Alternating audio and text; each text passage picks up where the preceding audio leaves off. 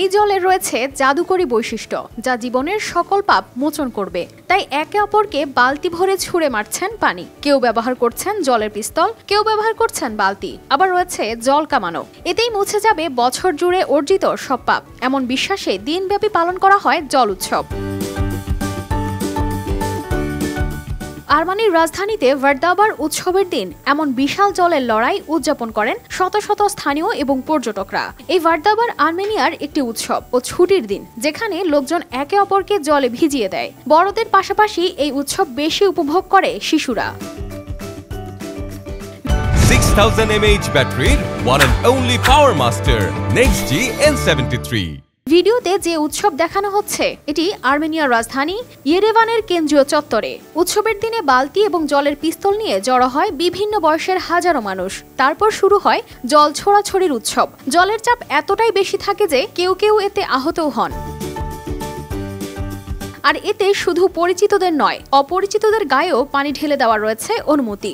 এমনকি দেখা যায় নিচ দিয়ে কেউ হেঁটে যাচ্ছেন আর উপর থেকে বালতি ভরা পানি ঢেলে দেওয়া হচ্ছে পথচারীর গায়ে। আর এই দিনটিকে ঘিরে এই কাজটিকেও ঠাট্টা মনে করা হয়। আর্মেনিয়ান ভাষায় ভার্ড মানে গোলাপ এবং বার মানে জ্বলানো। ভার্দাবার একটি পৌত্তলিক উৎসব। সেই সময় থেকে এসেছে যখন আর্মেনীয়রা বিভিন্ন ঈশ্বরের উপাসনা করত। এটা ছিল অষ্টগিকের উদযাপন, যিনি ছিলেন জল, প্রেম, সৌন্দর্য এবং উর্বরতার দেবী। লোকেরা অস্তিককে গোলাপ নিবেদন করে এবং একে অপরের উপর জল ঢেলে দেয়। এই পৌত্তলিক ঐতিহ্য টিকে আছে এবং এখনও আর্মেনিয়ার রাস্তায় পালিত হয় এই উৎসব। বয়সের সীমাবদ্ধতা ছাড়াই চারপাশের যে কাউকে পানি ছুঁড়ে আনন্দ নেওয়া হয় এই উৎসবে। জলকেলি বা জল উৎসব বিশ্বজুড়ে উদযাপিত একটি প্রাণবন্ত উৎসব, যা প্রায়ই বিভিন্ন দেশে নতুন বছর বা ঋতুর সূচনা হিসেবে পালিত হয়। এসব উৎসবে সাংস্কৃতিক ও ধর্মীয় ঐতিহ্য হিসেবে পানির গুরুত্বকে প্রদর্শন করে। Asia, Thailand, Laos, Myanmar, Cambodia এবং চীনের বিভিন্ন অঞ্চলে তাদের নতুন বছর উদযাপন করে প্রাণবন্ত এই জল উৎসবের মাধ্যমে।